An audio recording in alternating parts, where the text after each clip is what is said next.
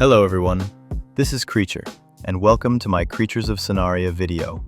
Today, by popular demand, I want to go over some aerial tricks that can give you an edge over your opponents if you learn how to perform them consistently. Before we begin, if you're interested in advanced PvP techniques and tips, please consider subscribing to have more videos like this one pop up in your feed in the future. Creatures of Scenaria might look like a chill little survival game on Roblox. You know, just some funky dinosaurs running around biting each other. But here's the thing.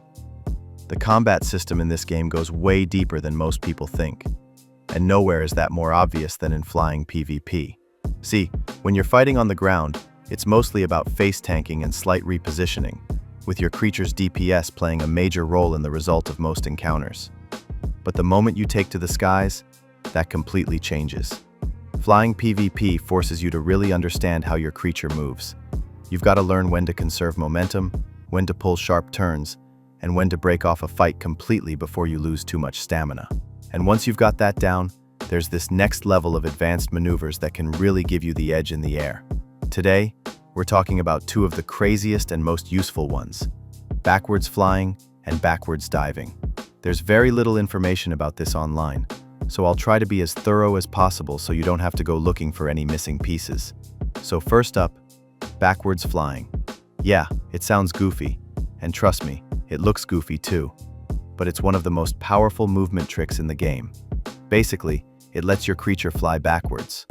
Now, why is that useful? Well, imagine some super fast flyer chasing you down.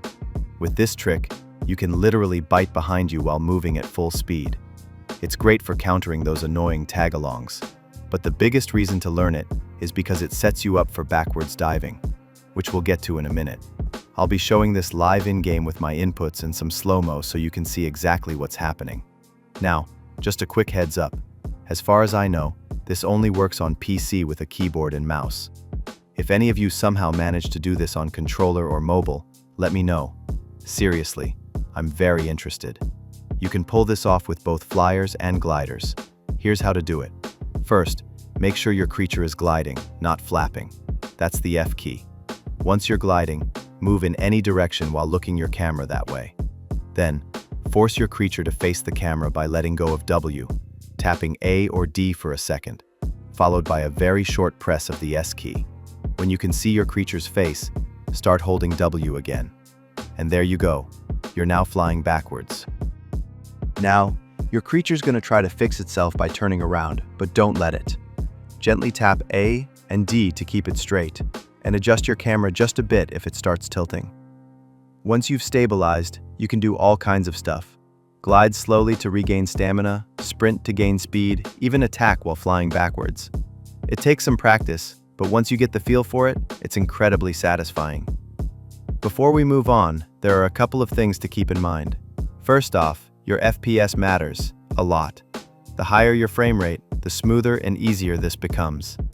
Someone running Roblox at 200 frames per second will have a much easier time than, say, someone on a school laptop barely hitting 30. Second, your creature's age matters too. Backwards flying is literally impossible as a baby or teen, super tough as an adult, but once you hit elder, it becomes way more manageable. So don't stress if you can't pull it off right away. Your creature might just need to grow up a bit.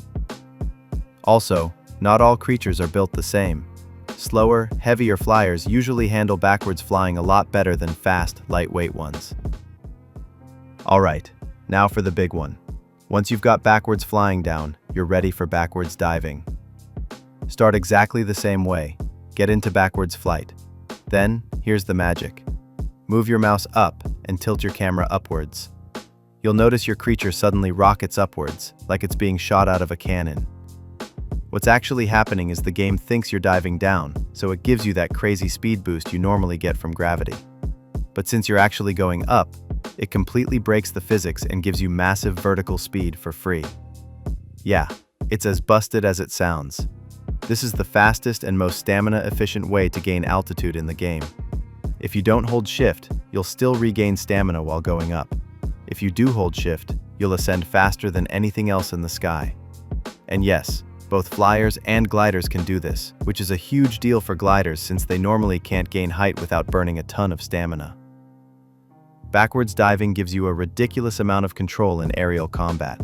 You can chase down players trying to escape by flying upward, or pull a quick getaway yourself if things start looking bad. If your opponent can't do it, and most players can't, they'll just burn all their stamina trying to keep up and eventually slow to a crawl while you zoom away. And here's a fun little trick.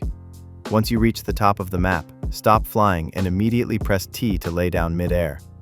You'll start regenerating stamina and healing while you fall. If you climbed high enough, you'll probably hit the ground with a full stamina bar and most of your status effects gone. People sometimes compliment my flying skills, and hey, I appreciate it. But honestly, a lot of it just comes down to practice, and having a beefy computer that can run Roblox smoothly. Flying PvP in Creatures of Scenaria has a crazy amount of depth once you start digging into it. There's always more to learn, and I'm still improving myself every day. So yeah, keep practicing, keep experimenting, and leave a like if you found this video helpful. I'll also try my best to answer any questions you guys might have, so leave a comment if you need any last-minute clarifications. Thank you for watching, and until next time.